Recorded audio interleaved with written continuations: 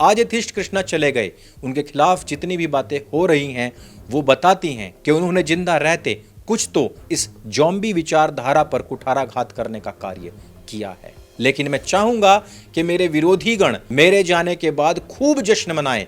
Even यही नहीं, उस जश्न के लिए भी मैं अपनी वसीयत में लिख कर जाऊंगा कि इन लोगों को जश्न मनाने में कोई कमी, कोई कसर बाकी नहीं रहनी चाहिए, क्योंकि वो जश्न ही बताएगा कि मैंने जिंदा रहते हुए अपने धर्म, अपने देश, अपनी नस्लों और अपनी फसलों को बचाने के लिए क्या कार्य किए थे।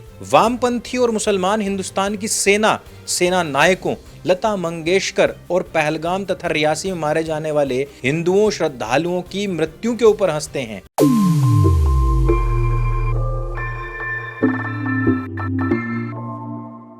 सोशल मीडिया, खास तौर पर ट्विटर के ऊपर फोटोशॉप में एक मशहूर नाम था एथिस्ट कृष्णा का।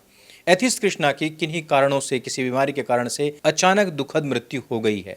ये व्यक्ति कितना मशहूर है आपको इसी बात से अंदाजा लग जाएगा कि प्रधानमंत्री नरेंद्र मोदी तक इस व्यक्ति के द्वारा फोटोशॉप की गई पिक्चर्स को देखकर हंस पड़े थे। एक ऐसा व्यक्ति जो सोशल मीडिया पर डाली गई किसी भी फोटो पर इस व्यक्ति को टैग करके ये कह दे कि इस चीज को हटा दो, इस चीज को लगा दो, या फोटो में जो एरर्स हैं उनको ठीक कर दो, ये व्यक्ति तुरंत ही स्वयं ही कर दिया करता था। कल ही एथिस्ट कृष्णा के भाई ने व्हाट्सएप चैट में बताते हुए इस बात की पुष्टि की कि वो अब इस दुनिया में नहीं रहे, और उन्होंने बताया कि निमोनिया के चलते उनकी जान चली गई है। अभी तक हमने यही देखा था कि चाहे वो लता मंगेशकर हो, चाहे वो जनरल बिपिन रावत हो, चाहे इस प्रकार के अन्य भी सेना या राष्ट्र से जुड़े हुए लोग हों, इस प्रकार के लोगों की मृत्यु के बाद में एक विशेष जॉम्बी समुदाय के बच्चे, उनके लोग खूब खिलखिला करके हंसा करते थे।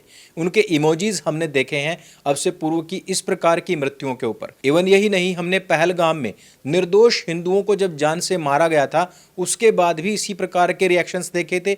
उससे पहले रियासी में जो देवी दुर्गा के दर्शन करने के लिए जा रहे श्रद्धालु थे, जिनकी बस को आतंकवादियों ने घेर कर गोलियों से भून डाला था, उस पर भी हमने इसी प्रकार के रिएक्शंस देखे थे। लेकिन कृष्णा, जिसने नाम में भी कृष्णा से पहले एथिस्ट लिखा हुआ था, एथिस्ट अर्थात नास्तिक, जो किसी भी धर्म, किसी भी मत पंथ संप्रदाय में ना मानता हो, एक ऐसा व्यक्ति, उसके खिलाफ आज की तारीख में सोशल मीडिया पर नफरत की बाढ़ आई हुई है। और इसका कारण क्या है?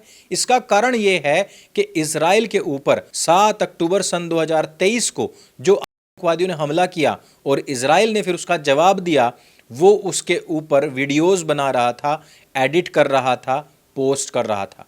वो कह रहा था कि इजराइल को, गाजा को उन्हीं की भाषा में जवाब देना चाहिए। लेकिन आपको तो पता ही है कि हिंदुस्तान के अंदर 4000 लड़कियों का मतांतरण करके उनको मुसलमान बनाने वाले झांगुर बाबा के ऊपर हिंदुस्तान के मुसलमानों का एक शब्द नहीं निकलता।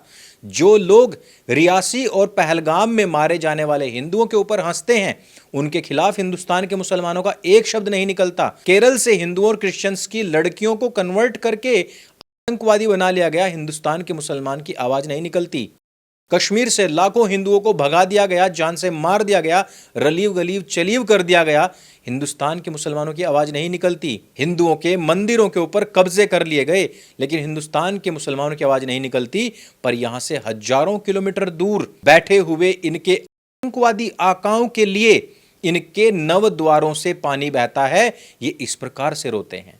और आज उसी एथिस्ट कृष्णा के बारे में ऐसी ऐसी बातें सोशल मीडिया पर कही जा रही हैं जिसको देखना, सुनना कोई भी सभ्य समाज का व्यक्ति पसंद नहीं करेगा। हाँ, कुछ वामपंथी लोगों ने यह कहा कि दक्षिणपंथी लोग भी तो इसी प्रकार से वामपंथी या मुसलमानों के मरने के ऊपर जश्न मनाते हैं।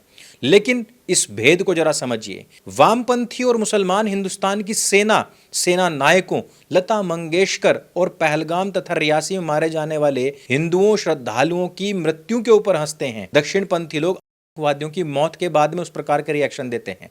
लेकिन ये तो वामपंथी हैं भाई, इनको पागल कुत्ते ने काटा हुआ है, और ये कहीं पर भी अपना नुक्ता फिट करने के लिए जबरदस्ती चले आते हैं। ये तो वामपंथी रैबीज है, इनका एक ही इलाज है कि इनसे दूर रहा जाए।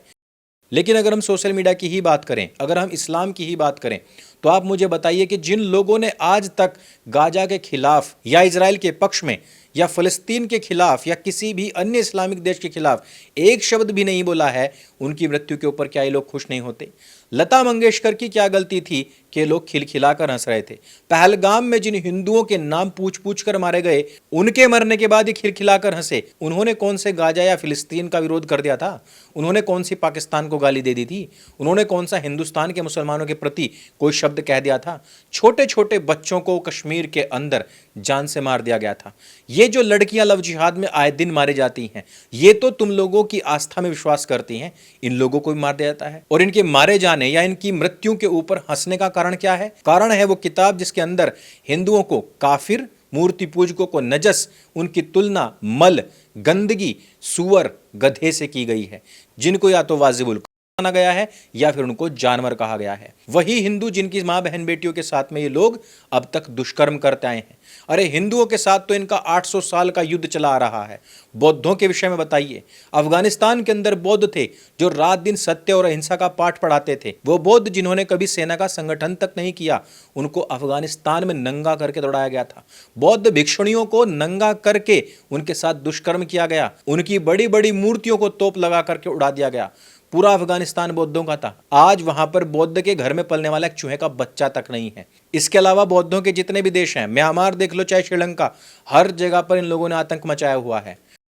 अब मुझे आप बताइए कि जिन्होंने कभी इनकी तरफ नजर उठाकर नहीं देखा, उन लोगों ने इनका क्या बुरा किया था? उन तक का बीज समाप्त कर चुके हैं। फिर हिंदुओं की तो बात ही क्या है।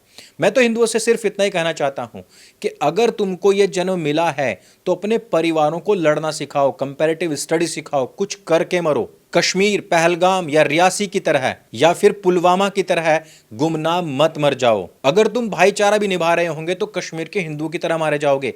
कोई ट्रेन चली जा रही होगी, उसमें बम रख के 19-20 साल के बाद में ये लोग बाइज्जत बरी हो जाएंगे। ये लोग खुद नहीं करेंगे तो पाकिस्तान से कोई आएगा और जिस प्रकार से मुंबई के अंदर सैकड़ों लोगों की हत्याएं कर दी गई, उस प्रकार से करके जाएगा। 93 में जिस प्रकार से बॉम्ब ब्लास्ट हुए थे, वैसे कोई करके भाग जाएगा। दिल्ली के अंदर आए साल बॉम्ब ब्लास्ट हुए हैं, हजारों लोग मारे गए हैं। किसने एथिस्ट कृष्णा की तरह गाजा या फिलिस्तीन को गाली दे दी होगी? किसने पाकिस्तान के लिए अब शब्द कह दिए होंगे? या फिर कितनों ने कंपैरेटिव स्टडी करके इन लोगों के खिलाफ कोई शब्द बोल दिया होगा? एक ने भी नहीं, लेकिन मारे तो वो भी गए। मारने वाले भी यही लोग थे और उनके ऊपर हंसने वाले लोग भी यही थे। इसलिए मैं तो चाहूंगा कि तुम गुमनाम मत मरो, कुछ करके मरो। अपनी नस्लों और फसलों को मजबूत करके मरो। इनके द्वारा जश्न मनाए जाने चाहिए। वो जश्न ही बताएंगे कि तुमने अपने जिंदा रहते अपनी कौम के लिए, अपने धर्म के लिए, अपने देश के लिए, अपनी आने वाली नस्लों और फसलों के लिए कैसी तैयारी कर रखी थी। मैं अपने विषय में बताता हूं, इस सामाजिक जीवन में आने से पहले 7 बार मैं मर करके बचा हूं। जब 7वीं बार बचा तो मैंने मनन किया कि कुछ तो ऐसा है जो मैं नहीं कर रहा, और मुझे बार बार बचाने वाला जो ईश्वर है, उसने कुछ तो मेरे लिए अलग सोच रखा है। उस दिन से जब से मैंने ये प्रण लिया, तब से लेकर आज तक अनवरत मैं उसी कार्य में चल रहा हूं, केवल ये सोचकर कि ये जो जीवन मुझे मिला हुआ है, ये बोनस का जीवन है और इसमें मुझे वही कार्य करना है जिसके लिए मेरे ईश्वर ने मेरा चयन किया हुआ है। उसने बोनस में लाइफ दी है, वो किसी भी बहाने से ले सकता है। लेकिन मैं चाहूंगा कि मेरे विरोधी गण मेरे जाने के बाद खूब जश्न मनाएं।